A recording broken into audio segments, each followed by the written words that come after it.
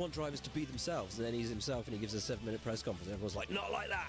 I'm retired from cup racing. Yeah, come on. Anyone out there that runs a Fortune 500 company? Hello. Miles Rowe.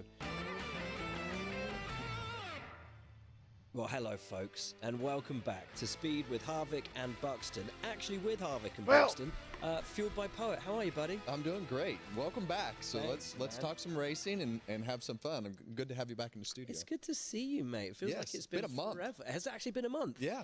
Oh my word! You've been up to a lot. Well, I have. You've been up to a lot. I had a holiday. Well, that's good. I actually got a break with the kids. We went to Greece. You need it before this run. I know. 6 races for us in IndyCar in 5 weeks. We had one yesterday in Portland. We'll get onto that. But yeah, quite incredible to run out 1/3 of the season in one hit. Yes, it is. And I don't think that's something that the IndyCar guys are really used to, but it seems like it's been building back up. And we talked about this a couple months ago, this stretch of runs that they have to go on. And you're going to see who the teams are that can keep up with the grind of doing that week after week. And what I like about it is we've got 2 road courses, 2 ovals, and 2 street courses. Yes. So you have, it's like a perfect sort of condensation of the entire season into one 6-race run. So it's kind of cool. And the interesting part that I love going to Milwaukee and having those back-to-back races and being able to do that from one day to the next. It's not like you're racing all those races week after week. You're going to race 2 races on one weekend, which can put you in a box with cars and parts and pieces and you know what else comes in a box in Milwaukee? What? Cream puffs. Cream puffs. I'm going to shove my face full of cheese curds and cream puffs. Can't wait. But for now, we need to talk about corn country and Iowa. Corn country. Yeah. Well, it was Ty Gibbs got his second win of the season, put himself up to second in the points. And I think as you look at the things that he did at the end of that race, holding off Christopher Bell, who finished second for the 7th time this season. And he was clearly frustrated after the race because he's had cars that are capable of winning, and it comes down to circumstances week after week after week, and they've made mistakes, and they've been on the wrong side of the pit strategy. He was frustrated that they didn't put 2 tires on at the end of that race. Well, we are the lowest car. And those guys, both of those guys went to the back of the field. Ty Gibbs had a pit stop penalty. Christopher Bell just started back there with a bad qualifying effort, but just wasn't able to put himself in a position to get to one of those quarter panels. He was all the way up, and you've been to Iowa. It's really unique right now with the way that they repaved the racetrack. With those 2 lanes of asphalt. So that's really all you have to work with. You can run the bottom, you can run the middle, or you can run at the very top. And Bell did everything that he could to get by Ty Gibbs. Ty did a great job. Hell of a celebration. Yeah, and I think that 54 team is somebody that they're going to have to deal with over the last 10 weeks of the season. You look at the Toyotas again. The truck is made to work hard. The Valvoline heavy-duty diesel engine oil keeps it that way. With up to 35% better wear protection, it's specially formulated to protect when engines are pushed to the limit. Make the switch to Valvoline heavy-duty diesel today. Denny Hamlin started back with brake issues. You had Ty Gibbs in the front, Bell finishing the front. So Chase Briscoe up to 5th in the points, and I think that the Toyotas are still involved. Tell me, a couple of things came out this weekend. One, I saw a bit of clapback online last night about Ty Gibbs not being very lucky with his time in the race, like a 7-minute press conference, something like that. People sort of kicking off for that. Yeah. Well, I think it's hard for these kids to understand exactly what they're supposed to do after the race, right? Like, or even during interviews and things like that. So, I think it's interesting to see those reactions when you get done and the answers and things that are given to the questions that are asked. So, definitely need to. You can't have all drivers be cookie cutter. No, everyone's got to be themselves and be unique. And we can't be like that. We want people to be different. Yeah. Isn't it funny? Isn't it funny though?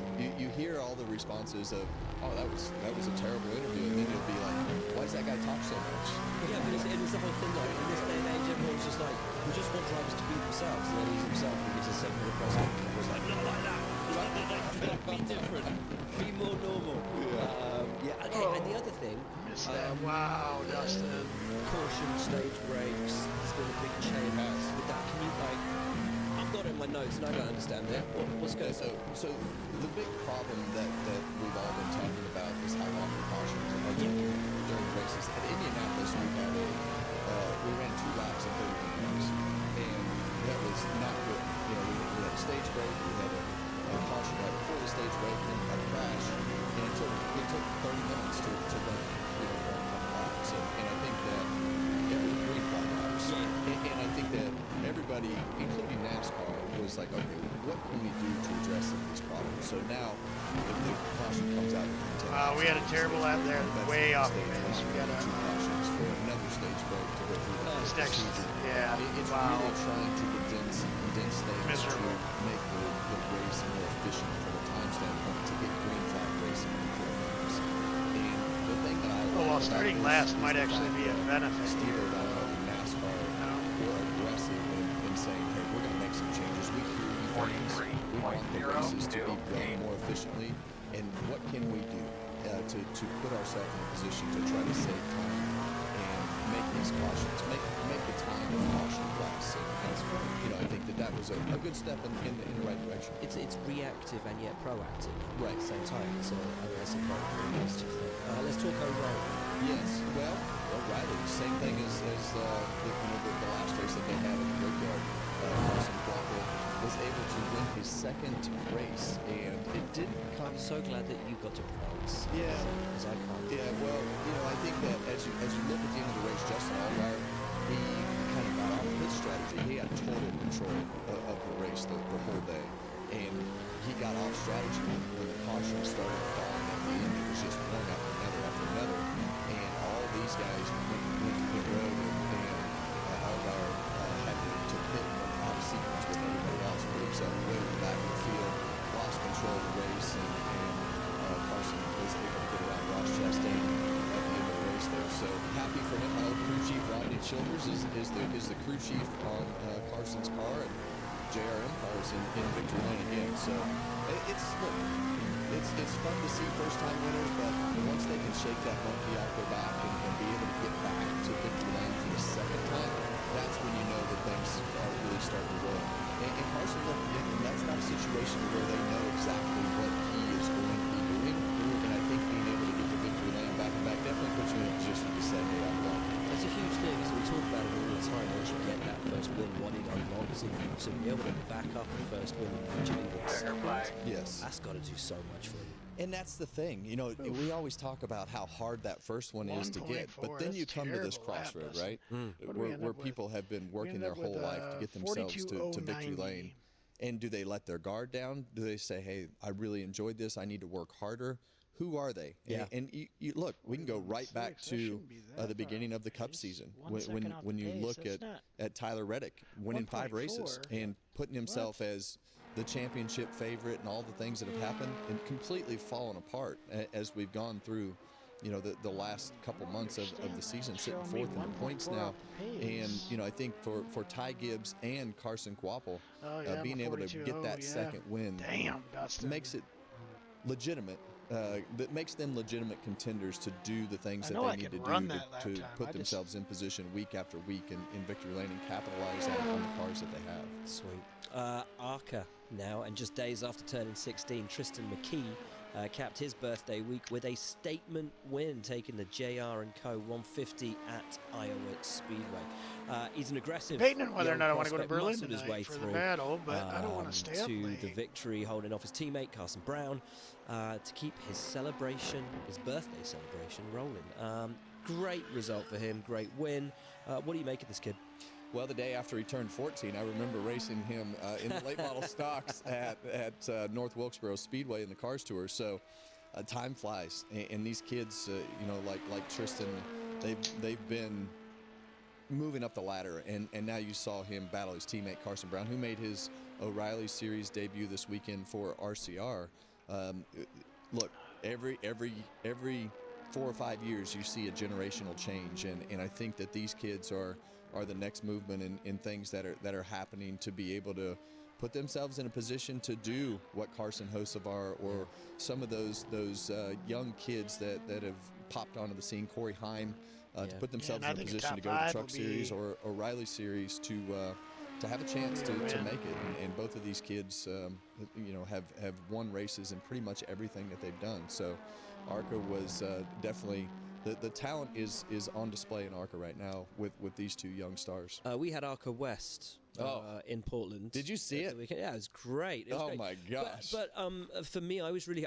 we've talked about her before, and obviously the kind of the misstep that Hailie Deegan made going to Indy Next, and it didn't really work out for her. So I was really happy to see her get a podium at the weekend and get back to doing what she does well and what she loves, and getting that that part of her career kind of back on track. So I was made up for her. Yeah, and I think confidence is such a huge thing in this sport. And when you look at Hailie's situation and all the things that she's gone through, and you talk about the bad decision of leaving the Toyota program and kind of trying to get ahead of herself, doing too much too soon.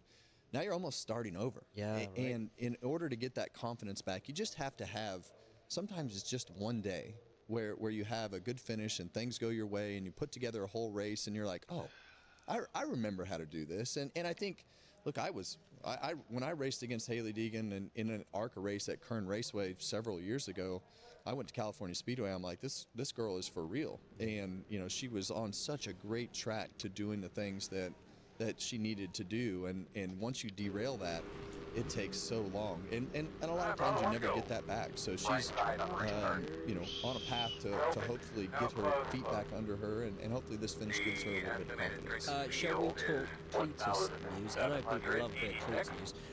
He's bought himself a pro late model stock car. Yeah. So what's that going to do for him? What's that going to bring him? Look, Cletus needs seat time, and you look at all the kids that he's competing against, and they're racing 40, 50 times a year in a stock car. He's going to run these ARCA races at a lot of these racetracks, and you look at some of the things that happen in these races. It's purely just shifting gears and doing restarts and getting past in traffic, when to give, when not to give, and do all those things. And I think that any experience that he can get behind the wheel, the pro late model, that's the division that Keelan and I have been racing, and you can race that car all across the country. It's a good car to learn in. You can go to a lot of different racetracks, and he owns his own racetrack, so he's going to put on his own races. Yeah, so just smash out the laps. So he can go out there and test for free. He doesn't have to go far to practice his car. He just needs laps, and I think this is a great step. He'll be in Berlin Wednesday night to run a super late model race. So that won't be easy, because that is a difficult racetrack against a pretty stout field. You mentioned, of course, that you are still racing. You are still racing, and you are still winning, my friend. Yeah. Congratulations.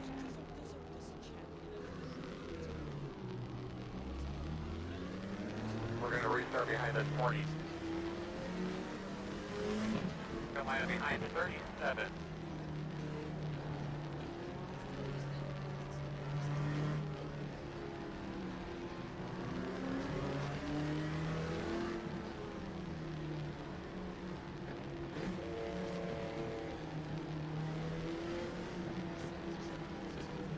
Just try to be as best you can to be on your game here.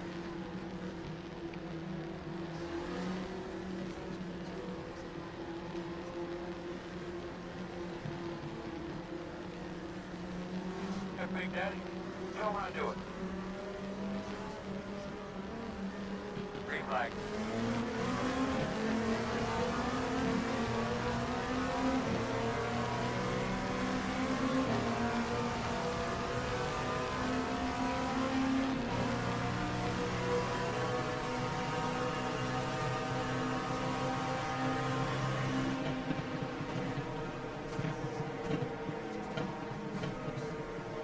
On your right. Clear, right side. Still there, your door. Oh, stay out of the wall. Shit. No, I'm sorry. You can have that. You don't have that. I'm sorry. Clear. That's a good job. On your right, clear. Right side, clear. Oh, that's it for us. Earl, please try to get a look at the front end and see if it's fucked up. Damn, Dustin. Nice drop, man. Around and try to get it as perfect as we can. It's going to take another 12. I don't think we have any major concerns there. I think we'll be okay. We're junked. I'm not even gonna.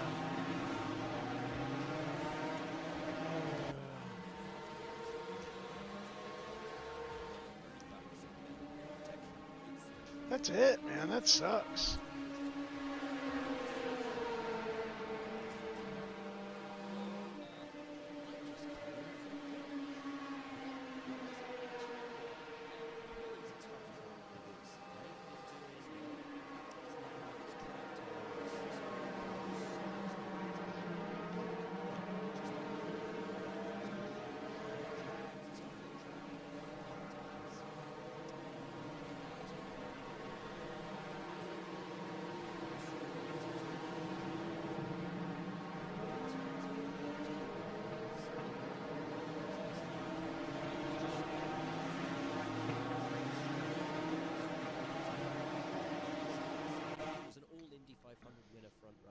Damn! Rosenquist led the early part of the race, and Pelot did what Pelot does. He let himself get overtaken because he was running the hard tyre. Knew he needed to keep some life in the tyre. Did. Knew he needed to conserve fuel. Did. Overcome the entire field. Gets out of the soft tyre. Nice one, bro. Nice.